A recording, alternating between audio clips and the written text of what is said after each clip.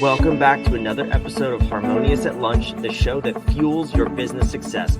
I'm Brandon Gano, your host and guide through the world of harmonious business growth. Today, we're unlocking powerful strategies with industry experts to help your business thrive. If you're a business owner, entrepreneur, or executive, you are in the right place. Join me and our incredible guests today on the journey to clarity, growth, and success. It is time to revolutionize your approach to business. Let's dive in with another episode of Harmonious at Lunch. Welcome back to some more bite-sized business advice. We're talking about building small business value through automation. Everybody's favorite word, right? We love automation. We love AI and tech, and I know nothing about all of those things. And that's why we always have guests on this show. But we're going to talk about how do you add more value to not only your business, but add value to your clients, up-level your service, all of these things. Got a cool conversation lined up. And I have an amazing guest to help me do that, Peter Wasmer. Before we go any further, Peter, welcome to the show. Thanks for being here. Hey, Brandon, thank you very much for having me. I'm stoked to be here. So I hinted at it. I am a tech genius. I know a lot of things about automation. No, I just totally lied to you. So well, what I do know is all about customer service and building a more efficient organization. I think that's really what we're going to spend the majority of today's conversation talking about. So why don't we start? Let's start where you are now, because I think you have a really unique company. And then I want to hear your history too. So tell me about your company, ProValet, and what you guys are doing right now. Yeah, thanks. So ProValet is a platform that automates business processes for small and medium-sized service businesses. What we automate is we automate scheduling, dispatching, we automate the invoicing process, and we automate customer payment collection.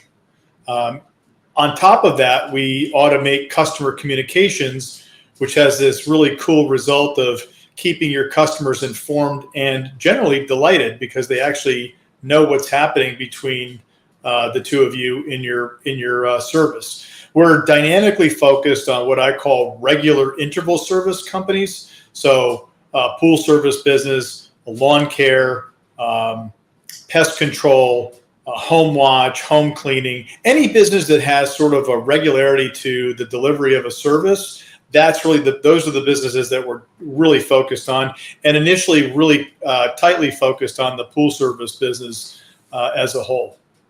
So yeah, go ahead. I think it's just so cool. We were talking before we started recording, and these are traditionally, and I don't want to overgeneralize here, but these are traditionally the businesses that have very poor customer communication.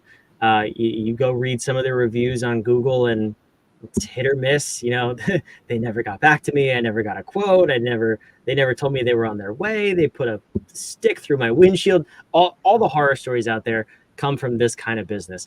And there's such an opportunity in the marketplace to just up-level that customer service and that communication a little bit. That's why I think what you're doing is fantastic, but it begs the question, where did this idea come from? Because it's a great idea, but I'm sure there's a reason that you decided to build a company around this. Yeah. So actually, as a customer of service businesses, I came up with the idea because I was really frustrated with the lack of communication. So whenever we talk to companies that take us up on this, there are three things that generally most of them are looking to do, right? They're looking to improve efficiency, drive more revenue, and talk to their customers in a better way, right? So that was my situation. Several years ago, I was walking around. I live in Florida. We have a pool. I was walking around the pool at night, and the light's supposed to be on, and it wasn't on. So I fished around, called up the service company, left a voicemail into some black box, and didn't think of it again until 30 days later when I was walking around the pool and I looked and I saw the light was on. I'm like, oh, great. Maybe there was a short and it fixed itself or something like that. Well, no, that wasn't the case. I got to the mailbox the next day and there was a big fat invoice in there. So somebody did get my voicemail message. Somebody did come to actually repair it. And they did actually bill me a big heavy amount in order to get it fixed. Now, look, these are really good guys. I like them a lot. And I happily paid the bill, but it dawned on me, hey, look, there's got to be a better way to, understand what's happening. I want to know when you show up, I just want to know, right? Like I might be traveling. I might want to know like, yeah, the pool got done, the lawn got done. So what we did was we created this Uber-like communication tool that goes on top of anybody's company where, you have a traditional dashboard. You've got your technician who's got the app that has their full dispatch list for the day. But we also have a homeowner app. And it's on the homeowner app where all the magic really happens, because this is where that communication goes. It can go as far and as intimate as you want or not, right? You can use it or not. And if you use it, you'll get notifications that tell you that the service started. The service has been completed. Here's an invoice. So you can do anything on this homeowner app that facilitates that great two-way communication, including requesting service, because this is one of the things that customers really want. They just want to be heard. You talk to anybody who's in business, and the most important thing that you can do is make sure you have ears open to hear what your customers are saying. Well, a lot of companies say, well, I've got phone, email, and text. I think that's terrific, but now you have 3 different places that you've got something to go back and recover and try to attach to the person that called or emailed or texted. So in the ProValet world, the homeowner app becomes that inbound tied communication level where a customer can actually type up a request. They can add a video to it. They can add a picture to it to help flesh out whatever that problem was. So now you're not leaving a voicemail that says, hey, my pool pump is making a funny noise. It sounds like a gunk, a gunk, a gunk. Now you actually have you have a video that lands on the guy's dashboard with audio. He can diagnose the problem 95% of the time from about a 10-second video and dispatch somebody to go repair it. Or create an estimate, actually, is another cool thing that we actually have built into the system. So right from these service requests, you can take the action necessary to serve your customer base. So it works out really quite well, including the invoicing and payment side of it, which these companies absolutely love. They're getting paid. The statistic we just looked at was 70% of monthly and repair invoices are getting paid within 7 days. So we're accelerating the collection of dollars in a way that most service companies are currently not doing that. And when you automate the invoicing, now you're not spending time on QuickBooks trying to go through and figure out what your invoices are and pushing the button for each one to send them out. They just happen automatically. And that's saving a tremendous amount of time. By the way, we're also integrated with QuickBooks Online. So if it happens in ProValet, it shows up in QuickBooks. If it happens in QuickBooks, it'll show up in ProValet. So that's awesome. Yeah, I just have to go back. I mean, the pool light story was the worst story I've ever heard. Like, how do you just show up? You can see the bill, a price, a time, anything, a house number, even like. Yeah, it's just that was crazy, but kind of painted the picture for the real need for the software. Yeah. But also, like what you're saying, I also see a lot of these businesses, they forget to bill because they got so much going on. The person who's in charge of billing is probably the same person writing estimates, answering the phones, answering the emails, responding to the texts, sending out the billing in mail. And a lot of it just gets forgotten. So it's more of just, it sounds like just operational efficiency, which, we're all about here. Right. But I'm curious, when you first start talking to people, potential users for the platform, give me a sense of what their business looks like. Like what does their day-to-day look like? Where are those stress points where you can then identify like, oh, if you just do this, like 80% of your operational stress will evaporate overnight? Well, it happens in a couple of different places. I think, so for a lot of service companies, a lot of it happens actually at the delivered end of the service, where they've got technicians who are troubled with following directions. And so by virtue of using the app and the way our system is set up, not any one pool service business, as an example, has a way of delivering the service the same way. Every one of them does it differently. So we built our platform so that you customize your service orders in a way that you want your service delivered. And it's a very easy process for a technician to look at his phone and go, okay, I did that. I measured that. I added that. And here's a picture and I'm done. And so there's also a sense of accomplishment in it, in that whatever was requested was completed and done. And now somebody feels like, okay, I completed something. And by the way, we let them know how many jobs they've completed, how many they have left. We give them an expected time of when their day will be done. All this sort of like predictive behavior data that helps somebody feel like they're a part of something different than just simply like, hey, run off in the truck and get the job done and come back at the end of the day with a bunch of pieces of paper with your scribble on it, right? So we're helping companies transform from pencil and paper, maybe an Excel sheet, maybe QuickBooks, and putting that all under one umbrella. You know, we have done, I'll call it, you know, you've seen the show on TV with some of the better chefs, and they do restaurant rescues. We've done pool service rescues before, where exactly what you talked about was the case, where, you know, basically it looks like a bomb went off. You know, there's paper everywhere. People have not been billed. You know, the company has 3 or 4 or 5 different technicians out running around doing the service, and it looks like things are okay, but it's a train wreck in the back room, man. It's just, and so we help pull all of that together so that somebody can look at their entire business on one screen and then effectively create the actions necessary to drive the revenue, collect the revenue, and drive additional service levels that aren't being, they would not have otherwise had. Yeah, that's interesting. And I also have to think about the flip side of it, from the customer's perspective. I mean, have you had stories of people getting, you know, increased reviews, 4 or 5-star reviews, just because now their communication is more transparent and proactive rather than reactive or non-existent? You know, People are growing their companies because of it. Yeah, it's a great question. I'd like to surmise that the answer is yes, but we haven't done any KPI study on improved Google reviews because somebody's using ProValet. It is actually an ad strategy that we were talking about earlier this week to see if we could drive business by asking homeowners who have pools, hey, you know, does your pool company use ProValet? Here's why you might like it. Because anybody that I've spoken to who owns a pool says, I'd love to have that. I wish my company would have that. So we think that maybe driving marketing from the grassroots, which is the genesis of how this thing came up in my experience, maybe that's a way to actually get people to turn on and use it more often. Yeah. No, that's interesting. I remember in the last company that I owned, one of the things that was a priority to me, very similar to your story, was this industry was just terrible at communication.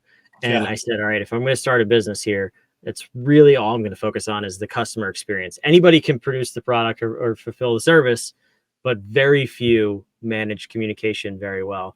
And I invested in a software that did exactly that. It was transparent for the customer, so they didn't have to call, say, hey, what's the status? What's my expected delivery date? And our reviews went through the roof, and for doing nothing. That's why I asked that question. But I also saw more and more people telling their friends, telling their neighbors, other business partners, that it was just easier to work with us than any other company. And I'm like, we're not doing anything different. I just happen to have this software platform that they, for some reason, aren't using. I love that. That's a great foundational platform for me to go back to our marketing guys and tell them, look, this is really the way this can work quite well. And the customers that do use it they're quite pleased with it. I will say this, if you want to take on technology and build it from the ground up, it can be a daunting task.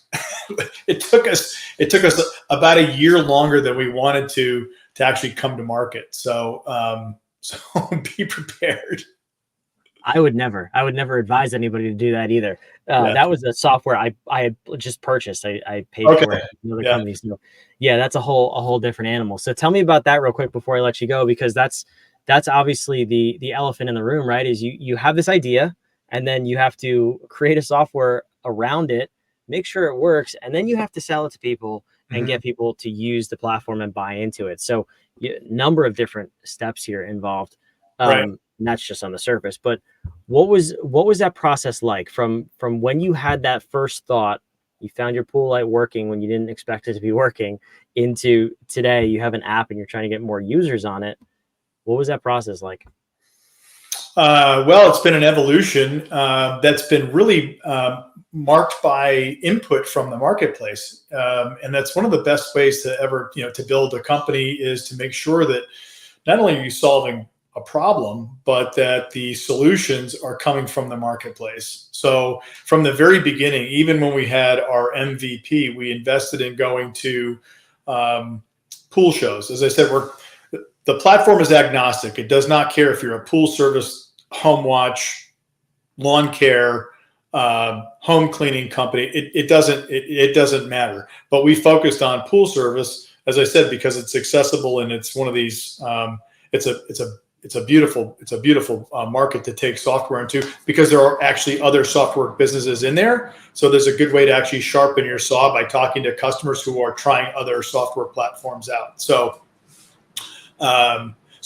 we went to pool shows. We talked to a lot of different pool companies. We advertised. We had people come in and try the product, and it unfortunately failed. The very first guy that took us up on it, a great guy here in Florida, and I told him how it was going to work. When we got on the phone, he ready to sign up, and I told him how it was going to work, and he says, "Now let me see if I get this straight. As soon as I put all my customers into the system, you're going to send them an email that invites them to use this customer app?"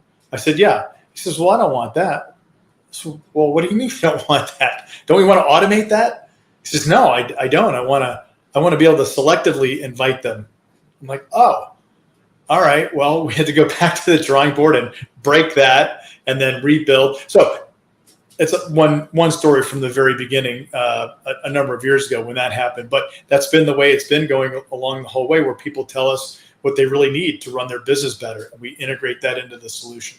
So, yeah, that's awesome. And I'm curious about the future. I always like to ask, where you've had this idea, it's growing, you have the validation, you're making the tweaks. Where do you see it going? Where do you want to take it? Because obviously you have a passion about helping these small businesses improve their communication, improve their operations. Where do you want this app to end up in the next 3 to 5 years? I want any service company across the country to say, of course I use ProValet. Why would I use anything else? Why would I use anything else to run my service business? So my goal is for ProValet to be the Shopify for service businesses. Now, anybody who doesn't know what Shopify is, it's probably the #1 platform to build an e-commerce site on, and it's infinitely customizable to reflect your brand, but all the tools that they employ in there help you run your business. That's what we want to do. We allow you to come in and customize your business, your workflows, your way, and then deliver that service to your customers with all the tools in the background. Automating the scheduling, automating the invoicing. You want to collect in advance, great. You want to collect in arrears, great. However you want that to, how your service should be delivered, you do that through ProValet, but you're setting the switch and forgetting about it and going to run your business. That's how this operates. So we really want to be known for being the premier choice for any service business as a platform to run their business. I love it. And the topic of the episode was how to increase your business value through automation.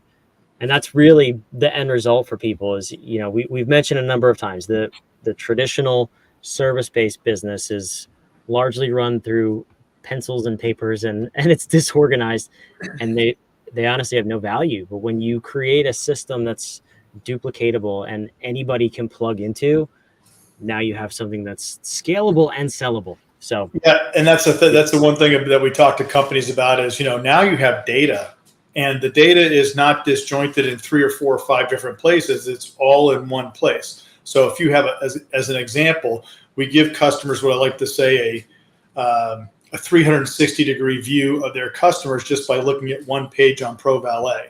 So they can see all the service history. They can see, in the case of pools, your weekly chemical readings and check for trends. They can see service requests that came in, anything that happens with that customer, it's on one page. So we're really pleased with the way that it's come along, and we're we're beginning to add in some components of AI, conversational AI, that should be, I think, really transformational as a front-running option for those companies that want to employ some way to collectively deal with service requests that come in 24/7, right? So we can set up a company with one of our inbound agents, and that inbound AI agent will actually go into our system, into the back end of their platform, and create service requests. So you don't have to have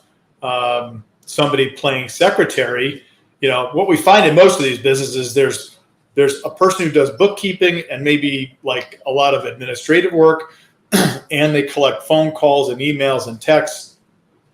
And so we would take that part of that business and turn it into an AI agent very inexpensively, which allows the person who's either the bookkeeper or maybe they're actually out cleaning pools or doing some other service, that allows them to generate more revenue than spend the time on managing requests.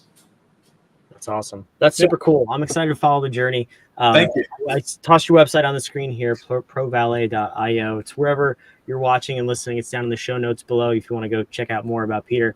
I can't thank you enough for being here and sharing your story, Peter. This was a great episode. Brandon, thank you very much. Really appreciate it. For those of you watching and listening, wherever you are, make sure you subscribe. We want to keep bringing you this daily dose of mostly nonsense, but a little bit of wisdom too, on how to grow your business and get you to the next level every single day of the week. So make sure you subscribe. We'll see you on tomorrow's episode of Harmonious at Lunch. Thanks for being here.